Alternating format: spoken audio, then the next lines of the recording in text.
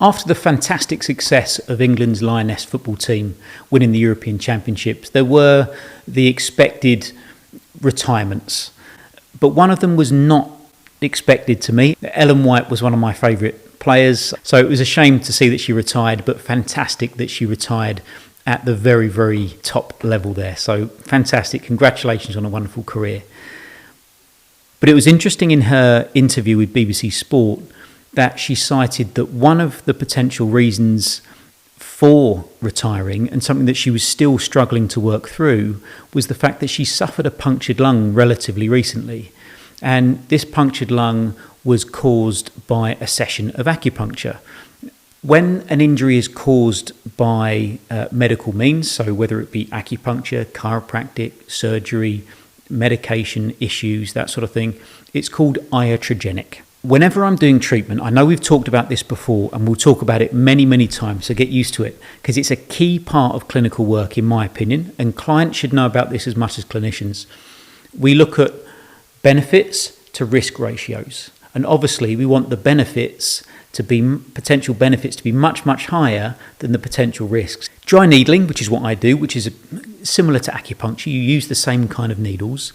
Now, Ellen White has mentioned acupuncture, but of course, our clients will use different words for different things all the time. So someone might say, I got acupuncture from Tom today, whereas really, I know that he actually got dry needling or she got dry needling.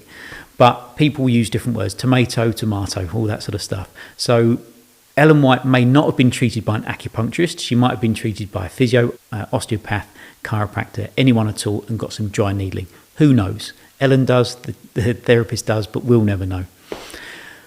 But she was getting treatment for a back problem, and they've put a needle in, and obviously it's gone a bit too deep, and it's caused a punctured lung, which can be very distressing for anybody. It can be distressing for the client, obviously, but also for the clinician.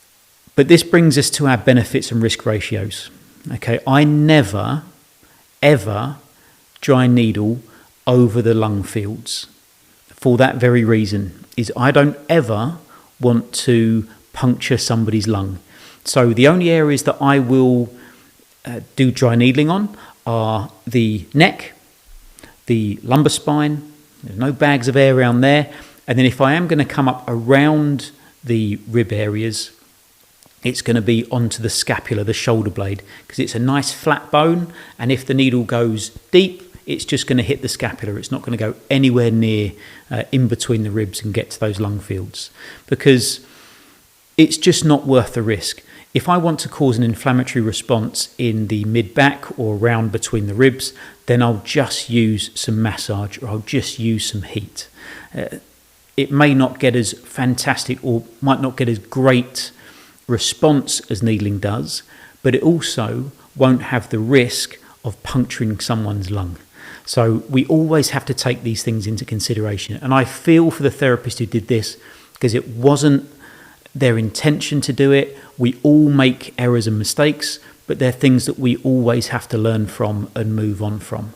I mean, I'll put a little video up now just showing you how superficial, how close to the surface the lungs are compared to those posterior ribs. And I'll label that up and put that video on this video for you while I'm gabbling away. And I'll make the measurement and you can see how close they are and how far the needle doesn't have to go in order to interrupt or puncture those lung fields. So thank you for watching. If you can subscribe to the channel, it'd be wonderful. Like the video if you liked it, of course. Leave a comment. Any ideas for any future content that we could have, any stories that you'd like us to cover, any experiences of your own. Have you ever had a punctured lung or something like a pneumothorax or a tension pneumothorax? Any of these things at all, I'd love to hear about them, because it may be that your story can help put someone else's mind at ease or help them through a difficult time. So it'd be fantastic to hear from you, and we'll see you in the next video.